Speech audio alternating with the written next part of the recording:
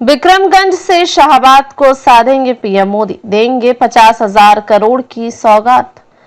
सत्तारूढ़ दल का कोई भी कार्यक्रम जनहित की तुलना में कहीं ज्यादा राजनीति से प्रेरित होता है। संभवतः इसी को लक्ष्य बनाकर शुक्रवार को प्रधानमंत्री नरेंद्र मोदी रोहतास के विक्रमगंज में जनसभा को संबोधित करने आ रहे हैं।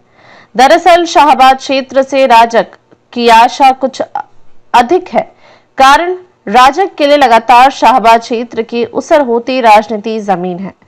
2020 के विधानसभा चुनाव के उपरांत 2024 का लोकसभा चुनाव परिणाम इसका प्रमाण है।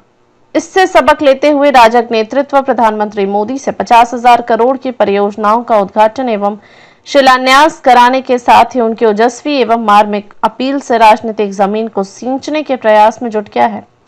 संदेश साफ है, विक्रमगंज की जनसभा से मोदी मगध और शाहबाद को साधेंगे। दक्षिण बिहार का यह क्षेत्र भाजपा के लिए उत्तर बिहार की तुलना में कम उर्वर है। पार्टी का लक्ष्य वहां विधानसभा चुनाव में अपनी संभावनाओं के फलक को आगे बढ़ाने का है। जनसभा के जरिए मोदी इसकी पृष्ठभूमि बनाने का भरसक प्रयास करेंगे।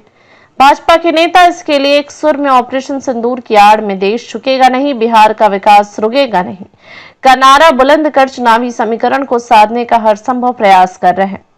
पाटलिपुत्र, आरा, बक्सर, सासाराम, काराकट एवं औरंगाबाद लोकसभा सीट पर 2024 के लोकसभा चुनाव में राजग प्रत्याशियों की हार से नेतृत्व चिंतित है। इसमें सीधे 5 सीटों पर भाजपा की हार हुई थी। काराकाट की सीट भी रालोमो राष्ट्रीय लोक मोर्चा प्रमुख उपेंद्र कुशवाहा नहीं बचा पाए थे। इससे पहले 2020 के विधानसभा चुनाव में जदयू एवं भाजपा प्रत्याशियों की करारी हार हुई थी। कभी मजबूत पकड़ वाले क्षेत्र में राजग का सुफड़ा साफ हो गया था। शाहबाद कभी राजग का गढ़ था। ऐसे में प्रधानमंत्री की रैली के माध्यम से राजग के पक्ष में माहौल बनाने की पूरी कोशिश होगी। शाहबाद में 2020 में चिराग पासवान के कारण राजग को काफी नुकसान का सामना करना पड़ा था। जदयू के सभी 11 उम्मीदवार चुनाव हार गए, जबकि भाजपा के 2 उम्मीदवार मुश्किल से जीत पाए थे। 22 में से 19 सीट महागठबंधन ने जीत लिया था। 1 सीट बसपा ने जीता, लेकिन जीत के बाद विधायक जमा खान जदयू में सम्मिलित हो गए थे। हालांकि भाजपा ने आरा एवं बड़हरा जीतकर गठबंधन की लाज बचा ली।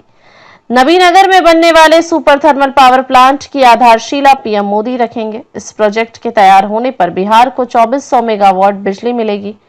नबीनगर में 29,947.91 करोड़ की लागत के थर्मल पावर प्लांट का निर्माण किया जाएगा। यह एनटीपीसी का देश में दूसरा सबसे बड़ा विद्युत उत्पादन संयंत्र होगा। बक्सर एवं उत्तर प्रदेश के भरौली के बीच बनने वाले पुल का भी शिलान्यास प्रधानमंत्री करेंगे।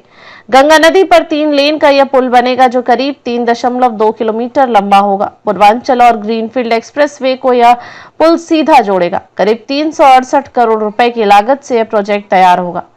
पटना गया डोभी 4 लेन योजना, 5,519 करोड़ 4 लेन का एलिवेटेड हाईवे निर्माण। NH-27 पर गोपालगंज टाउन में ग्रेड सुधार करना, 249 करोड़ सासाराम से अनुग्रह नारायण रोड तक रेलवे का स्वचालित सिग्नलिंग, 25 किलोमीटर 43 करोड़। सोननगर मोहम्मदगंज के बीच तीसरी रेल लाइन, 65 किलोमीटर लागत 1,338 करोड़। JNV जहानाबाद में छात्रावास और स्टाफ क्वार्टर का निर्माण, 8 करोड़। अन्य योजनाएं सम्मिलित हैं।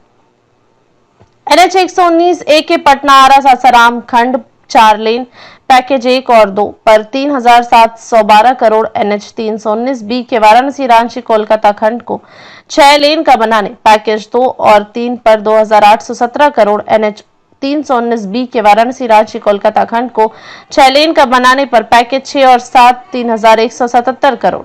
NH-922 पर बक्सर और भरौली के बीच गंगा पुल के निर्माण पर 531 करोड़। रामनगर कच्ची दरगाह को 6 लेन का बनाने पर NH-119D का खंड 1,083 करोड़ रुपए और हार्डिंग पार्क पटना में 5 टर्मिनल का रेलवे प्लेटफॉर्म बनाने पर 95 करोड़ रुपए खर्च होंगे।